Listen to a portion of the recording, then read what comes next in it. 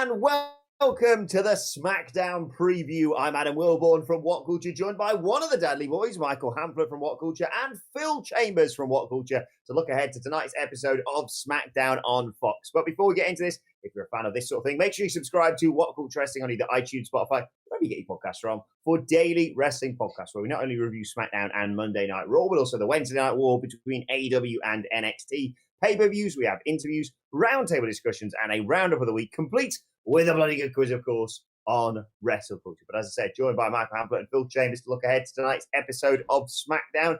As always, if you want to ask any questions to the guys, stick them in the comments. We are live here on YouTube, and I'll try and ask as many of them as I can before we wrap up. But before we dive into SmackDown, I want to deal with, it's not really breaking news, but more sort of developments on a news story we've kind of had our suspicions about for the past few years, involving Vince McMahon not exactly being a huge fan of Shayna Baszler. More detail in this coming from Dave Meltzer's Wrestling Observer newsletter today, basically explaining how McMahon has, on now 2 occasions, nixed huge plans for Shayna Baszler. You may remember the original plan with the Women's Royal Rumble, which was won by Charlotte Flair, involved Shayna Baszler winning that, and then instead she had to be inserted into the world title picture by biting Becky Lynch's neck.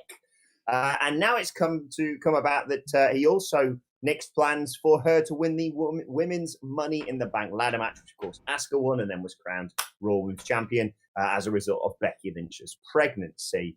Not exactly a surprise to have these fears confirmed, Michael Hamflett.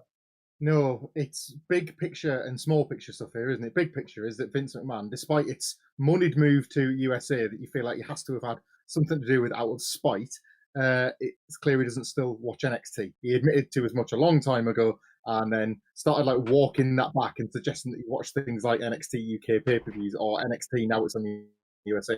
That clearly is not the case, because if he had done countless times before, he would have seen what he had in, pick your favourite buried NXT character, and he would have seen what once existed in them and been able to transpose that onto his main roster, of which he's failed to do over and over again. In the case of Shayna Baszler specifically, this feels more like he's had his heart broken by her.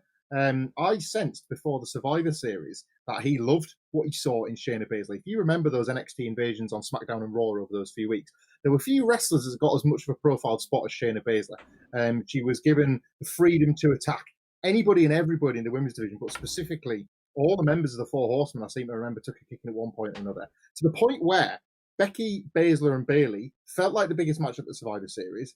Becky and Baszler's face-off on Raw felt like a WrestleMania main event in waiting. And indeed, they were given the headline spot on the Survivor Series. And that was a titanic level of a letdown. That Survivor Series main event, I think, called him on it like that. He has rarely given such faith to the women's division before. He's nearly admitted to the fact that he's pushed into it more through marketing than his actual belief in what should headline a show. And when that match didn't deliver, I wonder if all the air came out of the Shayna Baszler balloon. And then she disappeared in his mind for 2 months. Back she comes in January, and he's like, oh, you again. Cool. And every time a plan is put on his desk to push Shayna Baszler, he just pushes that away. It's odd because, we got the bit of the Royal Rumble and we thought maybe she was going to win that, but she didn't. But she still got the 7 eliminations, so still had a really strong showing in the Royal Rumble. And then that Elimination Chamber match, Wilbourn, that me and you absolutely loved, where she just tore through the entire women's division, and we thought, okay, this is it. They're resetting up for that push up to Mania. And then, how strong she looked and how big she was built through the Elimination Chamber just all came crashing down when she just lost clean to Becky at WrestleMania. It's been this stop-start push, but huge push, nothing. Huge push, nothing. It's there's no in-between. Yeah, I know we tend to sensationalize quite a few things here on the channel, but you're right there, Phil. It has been, she was the crowning glory of NXT at Survivor Series, and then we just all assumed, arguably, she was going to win the Women's Royal Rumble match.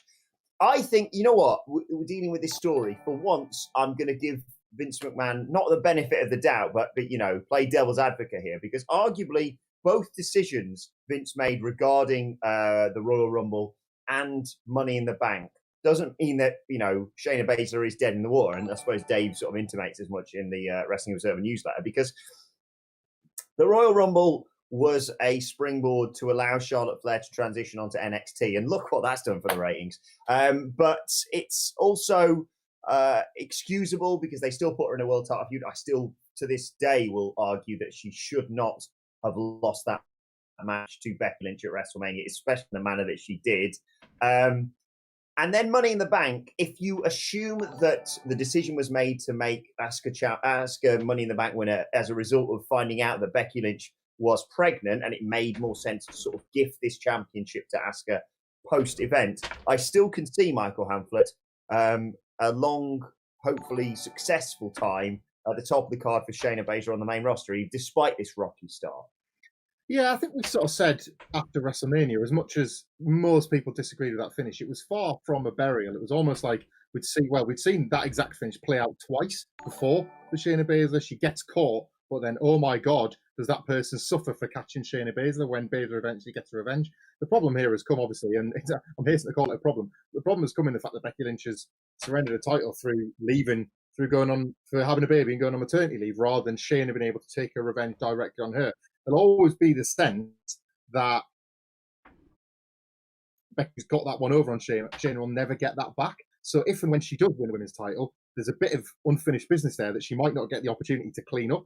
And they've lost that one. It's not like the Royal Rumble and, as you say, Money in the Bank, where there's been sort of reasons to do the things they've done. That's now a mark against Shayna that she's going to really struggle to claw her way back from. I have a sense she'll be fine because, if nothing else, she's going to be a beneficiary of how just short-term everything is on the main roster. What happened last week barely defines what happens next week, let alone what happened 3 or 4 months ago.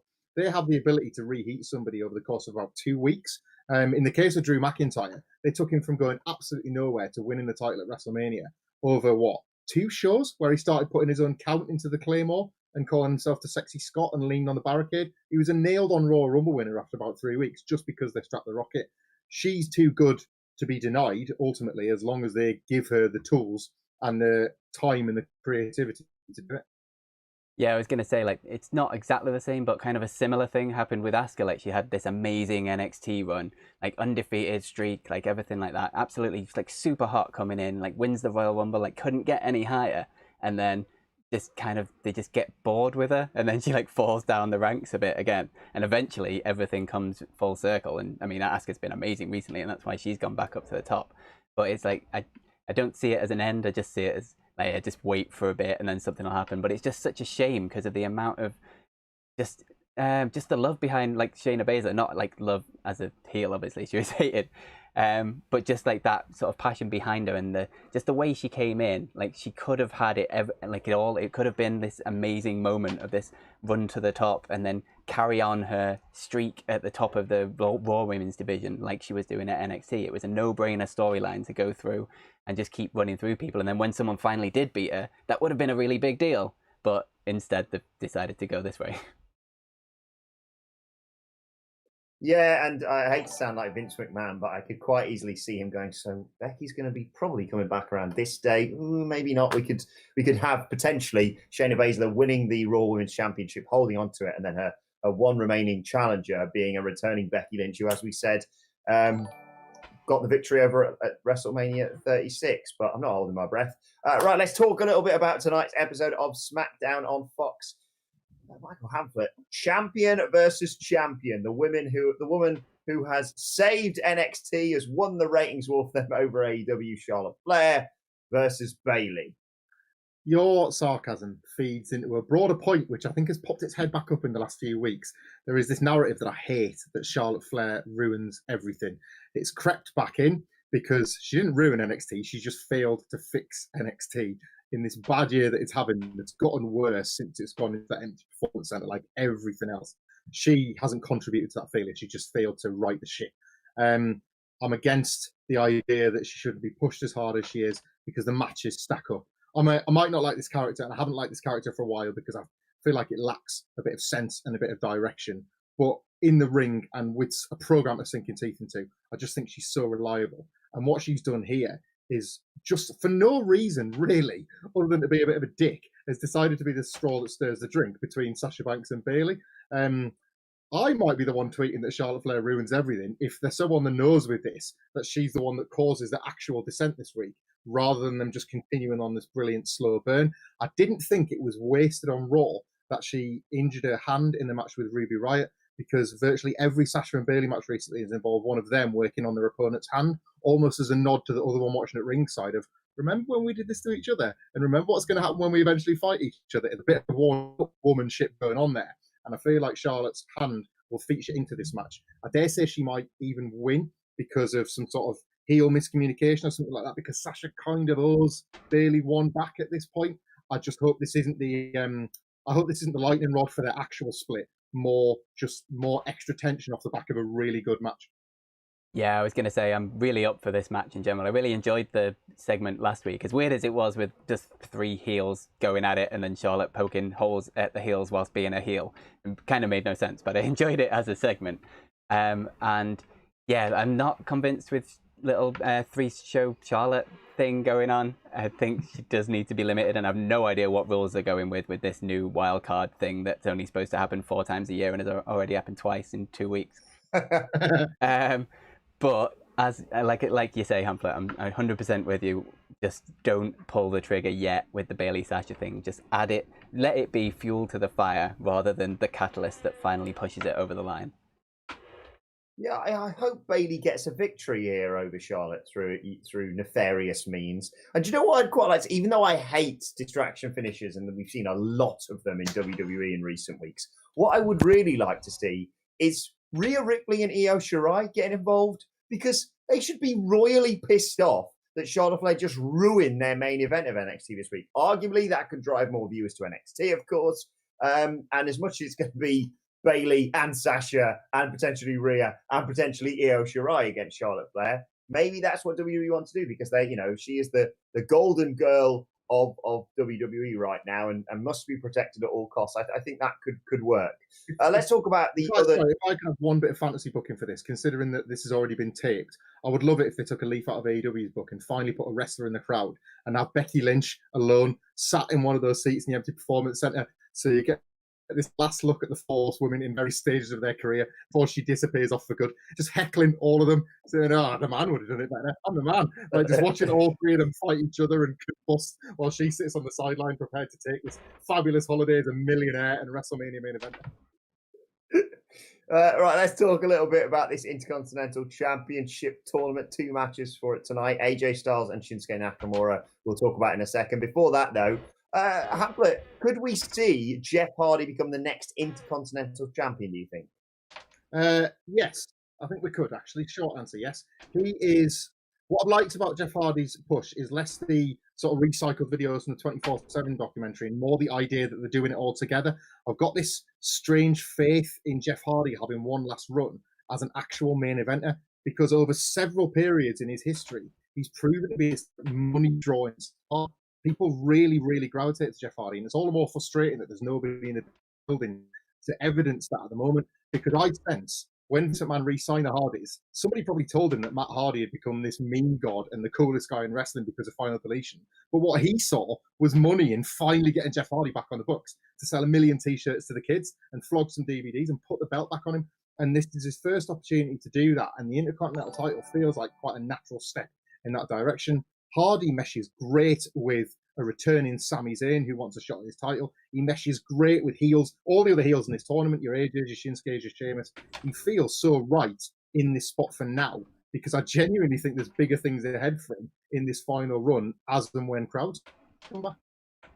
Yeah, I agree with you in that I definitely want to see Jeff Hardy back at the top, but I don't want this to be the route that they go with it. I'd rather like Sheamus cost him or whatever it is, and then they go off and do their own little thing outside of this, and then my microphone's going all over the place. And then Hardy goes to the top after that. I want now, after that promo that Daniel Bryan did last week, in like 2 minutes after that Gulak match, he completely sold me on wanting him to be the Intercontinental Champion and wanting him to keep it all the way until Sami Zayn gets back. His passion in that, with just saying that he's not had that rematch since 5 years ago, whenever it was, when he had to go out on injury, and wanting to return it into the sort of wrestling champions like belt, like defend it every single week. I want to see him defend it against the likes of Shinsuke, against the likes of Cesaro.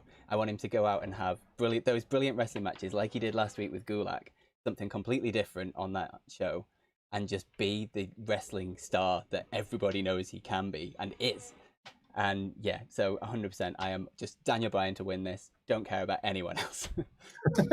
Yeah, I think I'd like to see Daniel Bryan win it. Just if I remember the way the tournament's laid out correctly as well, I think it would be Jeff Hardy, Daniel Bryan in the semi-final on one side, and AJ versus Elias would be on the other side. If you can tell what I'm predicting for the AJ Shinsuke match.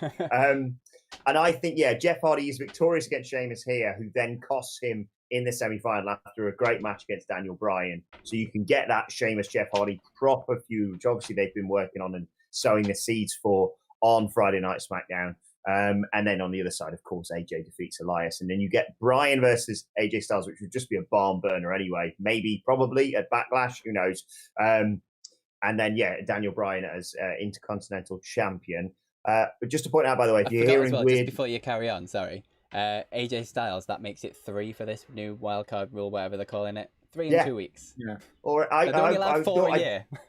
I was going to say, I thought I dreamt it until you said, Phil. They said there's only going to be 4 in a year. But they didn't say it was an Earth year, did they? So there you go. There's the loophole. By the way, just in case you're wondering, if you're hearing like weird noises and wondering what's that, have we got bad flatulence or whatever, it's very bloody windy here in Newcastle, and Phil's on a boat, so that's what that'll be. Yeah, it's kind of going all over the place. Like if you look, you can see my pans moving. Like that's just the boat moving. It's very loud. I've tried to set my mic so it's not going to pick up as much of it as possible, but who knows? It's definitely going to go through as it's physically making me rock around now. That was pans, not pants, right, Phil? That's if the camera drops a bit, is it, in the wind? It's okay, Hamflett. Phil's got a super secret signal if he starts taking on water here. Let's talk about AJ Styles, Shinsuke Nakamura, then a WrestleMania rematch, Michael Hamflett. Yeah, I'm quite into this. I like the idea so much more of AJ Styles and Nakamura as heels trying to out-cheat each other than babyfaces trying to out-wrestle each other, which is what we got in that pretty disappointing WrestleMania match the other year. That feud fell apart because AJ Styles never wore a cup. The thick idiot. And when he finally did, it was only when it wasn't effective enough that when they both kicked each other in the balls, they both went down anyway. So we've yet to have this one-on-one combination where they're both trying to outwit each other through nefarious means. And I'm morbidly fascinated to see how this works out.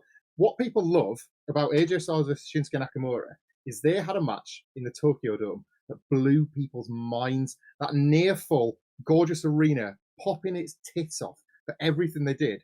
And now we find ourselves in an empty gym in Orlando, Florida.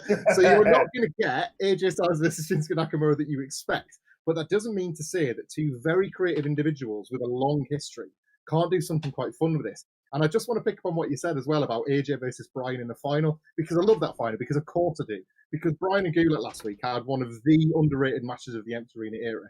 And just imagine, right, on Backlash, AJ Styles and Daniel Bryan having the greatest wrestling match ever, ahead of Edge and Randy Orton in the main event. You love to see it. You just love to see it. So AJ to win, this could be fun. And on he goes to the final to ruin the pay-per-view. If I wasn't already sold on AJ Styles versus Bryan as the final for this, I 100% am now, just to see them outshine that match, because they've brought it on themselves. Like, how can they call it the best wrestling match ever? I want it to happen so much. And I think it makes sense that you have Styles emerge victorious here. He's had a rough time of it recently, even though he may well lose in the final. If he goes through to the final, is that 2 of the wildcard things? So that's the 4th for the year. No, Phil, because the final is at Backlash, so that's neither brand. You see, we still have to have the semi against Elias. Yeah. But that'll be 4. And if the final doesn't count, well, that's them done for the year then. Look at us counting logic at a WWE show. Who'd have thought it? Not me. I love the fact that we're talking about this when on a rule we've described as the Wildcard 2.0, a rule that changed about 10 minutes into its conception, wasn't it? It was like, right, okay, 3 people. All right, 4, 5, 6, maybe 7. Shane McMahon doesn't count either. So it's just like, make it up as you go along, boys. Speaking of AJ Styles, the man he fumbled the Money in the Bank briefcase to, I really hope we have a spot with them just bumping into each other backstage tonight, just because I love the interactions. Otis, he's got a match alongside his beau, Mandy Rose, of course, against Dolph Ziggler and Sonya Deville. Otis has received a lot of plaudits recently. He's doing great stuff. He obviously panicked people by teasing a cash-in last week on Braun Strowman. And we say this almost every week, but it bears repeating. Sonya Deville is an absolute sensation on SmackDown, Michael Hamflett. Yeah, barely put a foot wrong since being given quite a lot of microphone time and then nearly as much in-ring time in situation that no wrestler would want embarking on a new point of their career. You only have to look at someone like Austin Theory as to how this can go very, very badly for somebody trying to find their footing on the main roster when you've got no fans to perform to other than the one hanging above your head and whirring around, making a noise that penetrates that awful silence.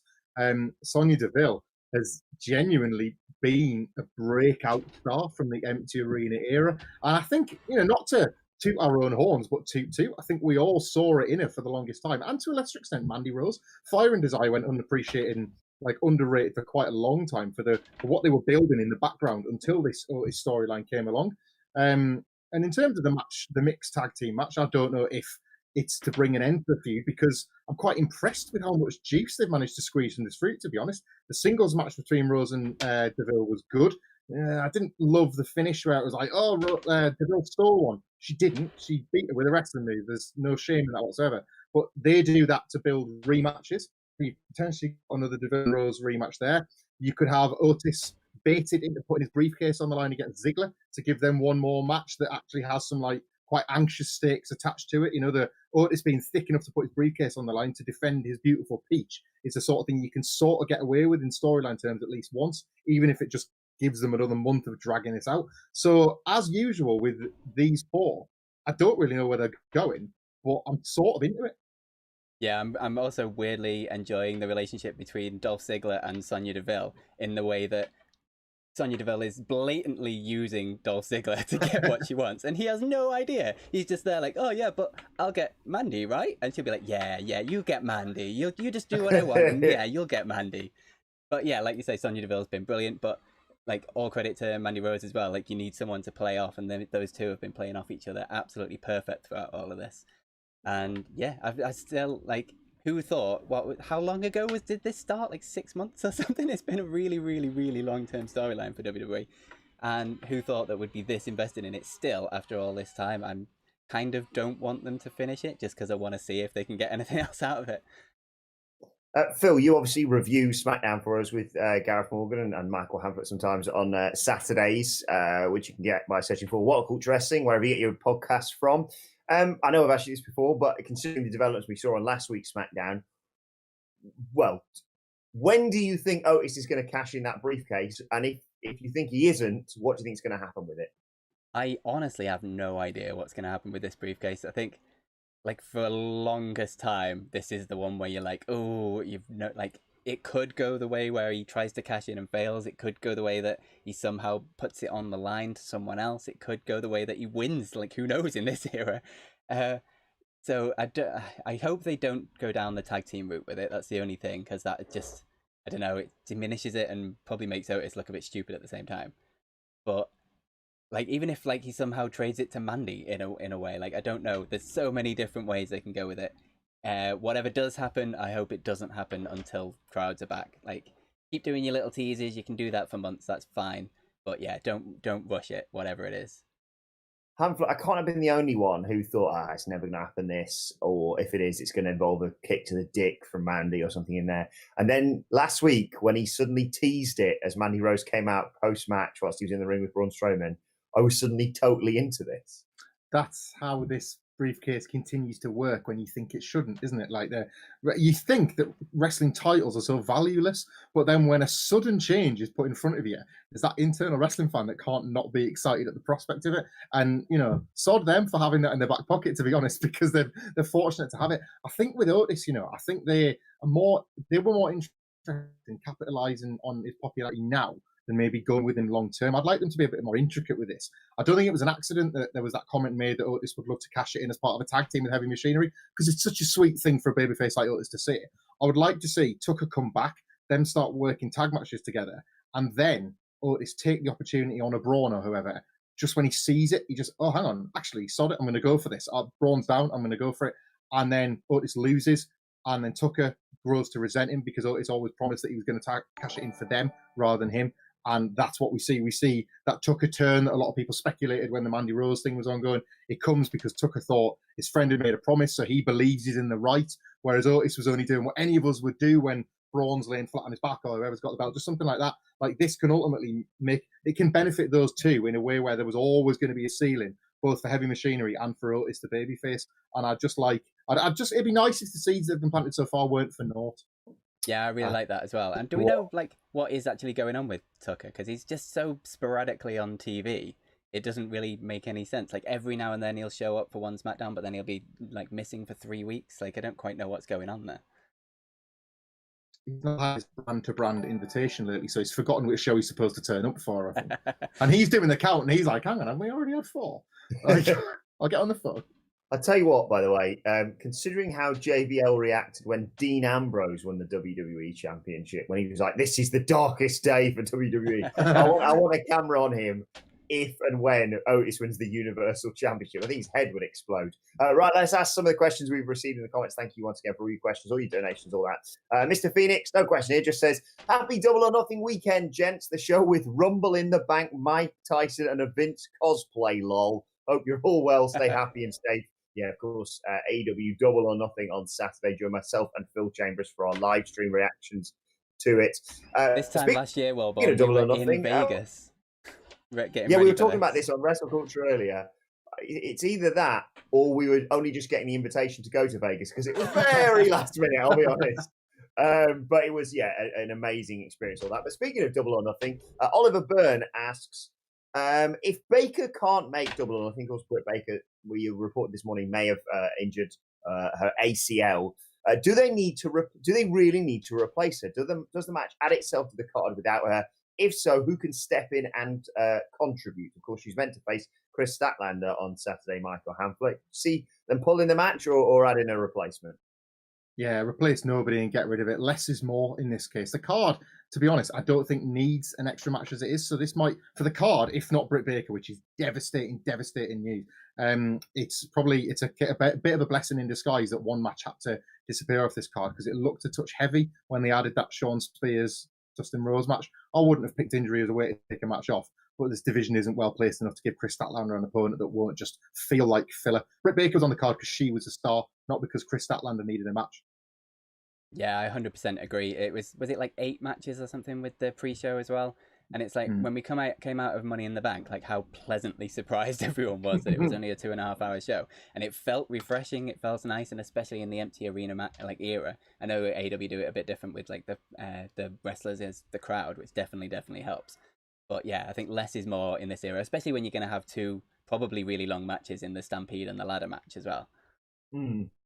Yeah, especially with the timings and stuff on the ladder match, that almost guarantees it goes relatively long, doesn't it, Phil?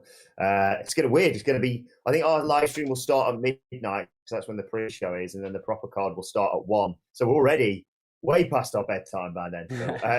Phil, question specifically for you here from Mr. Phoenix. Just says, Phil, you ledge, is your dog the 9th competitor? I would love it if he was, but no. Well, I mean, he's on the boat, so I assume he can't get a flight with the whole lockdown thing. Look, don't let him hump Darby Allin's leg because it's on fire.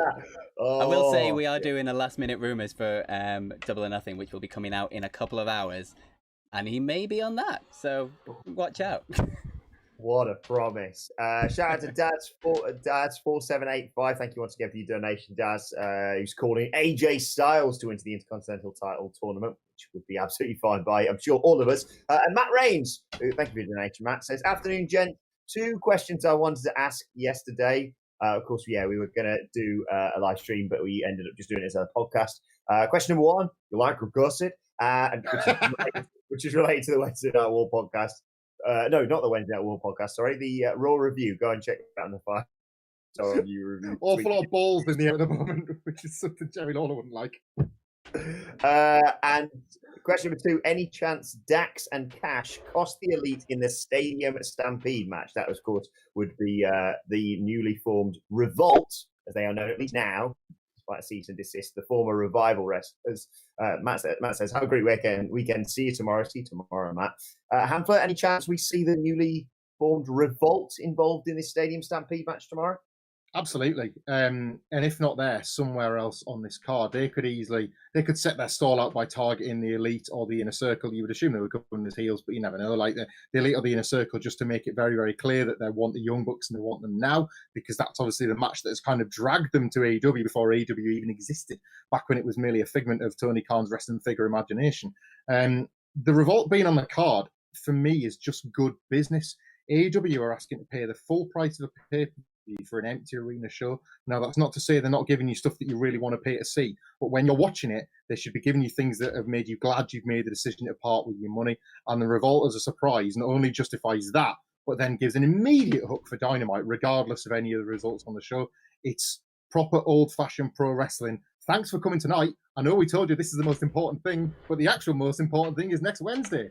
That's how wrestling's always worked and always will. And I can't think of many more acts out there other than the Revolt that would give that impression coming out of a show you've just paid money for. Yeah, totally. I kind of want them to come in like after the match is finished as well. So they just come in, take out the Young Bucks, and then maybe turn around and take out the Elite as well. So they're not picking sides. They're just here on their own. They're here to prove a point, which is what they're going to be doing. And then they set out on their own path rather than joining any forces within AEW. But like you say, if you're going to do it in the empty arena match like era, now is the time to do it if you're not going to just wait for the crowds to come back to get that pop. But yeah, go now. The tweet, was it not, that the world will rejoice when the Young Bucks and the Revival finally fight, or whatever it was? That was always the tweet they both said, and they'll meet and the world will rejoice. It'd be great if the Elite are celebrating and then they just come onto the football pitch and hit the shatter machine on the Young Bucks and the scoreboard just says, rejoice, rejoice, rejoice, and then revolt stamped across it or something like that. Like, they could get creative at the things that we already know about these characters and how they've interacted. Like that whole FTR thing, all of that kind of stuff. It's already kind of built into the story, isn't it? Yeah, that could be a great little Easter egg that they could plant as well midway through the match to signal that they are going to be arriving at some point. But no doubt Phil and I will be getting far too excited to spot any of that on Saturday. Shout out to Nick C. Thank you for donation, Nick. And this lovely reminder who says that this Sunday will be 1 year ago that I met you, Phil, and Cleary at StarCast, and it's surreal, still surreal to think about. Just wanted to share that with you. Yeah, I can't believe a year ago we were in Las Vegas. How times change, Phil Chambers. Yeah, what a difference a year makes. Couldn't be more different, really, than being at StarCast in Las Vegas, surrounded by thousands of wrestling fans, to being at home on our own watching wrestling. The wrestling stays the same, though. The wrestling never changes.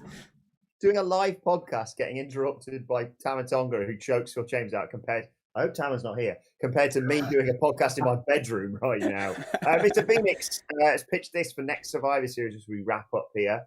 Next Survivor Series, Battle of the Brands, imagine a champions match between Shayna Baszler, Sonya Deville, and Io Shirai. There are some mouth-watering combinations we could see. I saw one, I think Asuka, Sasha, and Io Hamflett. There's some great combos potentially on the cards for Survivor Series. Yeah, thank you, Mr. Phoenix, for all your questions and donations this week.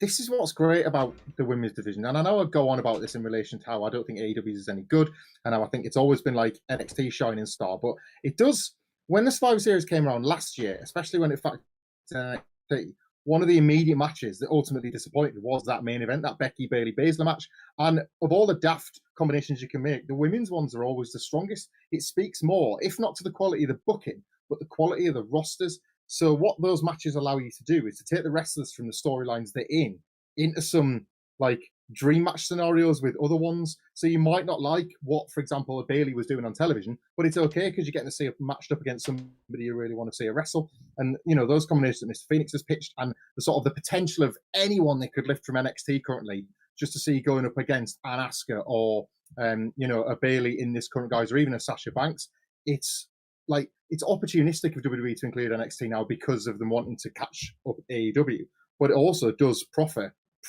brilliant matches that would otherwise be the kind of things you'd be penciling in for a WrestleMania. Yeah, totally. It says a lot as well when you can probably go down like 3 or 4 steps in the ranks of the women's roster on each brand, and you're still getting a bunch of dream matches. Like, it's not just the people at the top, it's the people down the card as well, and it's just all the way. It's just like, yep, want to see that, yep, want to see that, yep, want to see that. It's like you just can't go wrong with stuff like that. Nia Jax versus Tamina versus Shotzi Blackheart. Sign me up. I'm like a tank because I don't give it anyway. Let's wrap up with final few questions here. Oliver Byrne says, will WWE use Otis's disability in the story, please? Now, yeah, it's been heartwarming hear him talk so openly about his dyslexia, of course, Hamflett, you kind of hope WWE don't lean on that too heavily. Yeah, I think we're not in the era anymore where you'd get the character presentation like Eugene, so I think that's a positive. They're too wise for that, and there's too many people saying when to say when in situations like that. The dialogue is so scripted that it's hard for any of them to go wrong in that degree. So I think I sense that this is more through Otis and like how he would like to have that projected. And that's the most important thing. As long as you empower the person that this is about, then they're the best ones to tell that story, and it gives it the best chance of the story being reflected accurately to those in the audience that might want to actually feel represented. And final question, Phil, for you. It sort of involves Otis as well. So it's from the Line Drive. Thank you for your donation. It says, maybe it's me, but doesn't Otis getting Money in the Bank seem to be set up to pop whatever crowd they have when they return?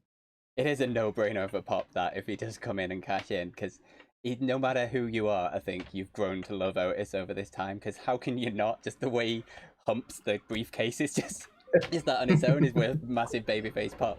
Like, everything he's done is just there to make you like him, and I just, like, anyone who doesn't like Otis at this point is just, like, I can't be your friend. I can't agree with you.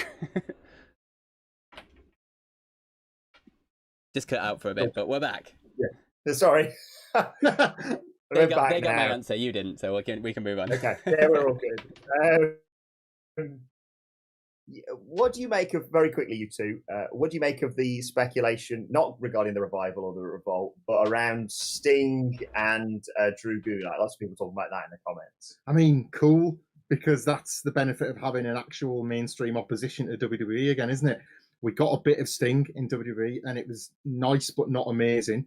So let's see what it might be like in the version that feels, certainly, I wouldn't say it's tethered to WCW, but it feels closer to it in direction and certainly in history. It can lean more on WCW, NWA, and JCP's history than they can WWE ever were going to. So I just think that's a nice byproduct. Drew Gulak the same, really. It's just a nice byproduct of having an opposition, because we get this back again. It's gone from being, will you see your favourite NXT guy get called up to Raw and then be ruined 3 weeks later, to will you see somebody turn up on a different show and be used by a completely different name or a completely different character in a way that might completely reinvent their career. It's not always worked. There's a bloody lead to like Lance Archer, for example, but in every sense, there's that the sense of opportunity and the sense of optimism is part of the excitement of having a mainstream alternative.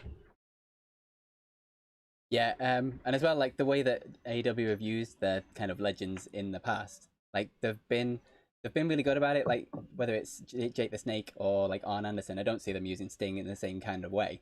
But like maybe like DDP, every time he's popped up, it's like it's been a really good pop. Like you get that little moment, everyone's like, yeah, that was great. DDP looks amazing, and then they leave it at that. Like they never seem to push it too far, which I think is where WWE often goes wrong with these things. I'm going to, considering this is the year anniversary of my greatest ever prediction, going to say Sting and Drew Gulak leaving WWE is a work. Let us know your thoughts ahead of SmackDown tonight in the comment section below. Don't forget to like, share, and subscribe. And I said subscribe to What Culture Wrestling on either iTunes, Spotify, or wherever you get your podcasts from for daily wrestling podcasts. Phil and Gareth tomorrow, of course, reviewing SmackDown, and then we'll be there reviewing Double or Nothing. Don't forget to join myself and Phil Chambers for our Double or Nothing live reaction stream on Saturday night here on What Culture Wrestling's YouTube channel. Plus, you can let us know your thoughts and predictions for Double or Nothing on Twitter at What Culture WWE. Watch there, follow all three of us. You can follow Michael Hamflett at Michael Hamflett. You can follow Phil Chambers at Phil My Chambers. Sorry for all the weird boat noises. It's added to it. It's great. It's what my bones sound like when I move at the moment, so it's fine.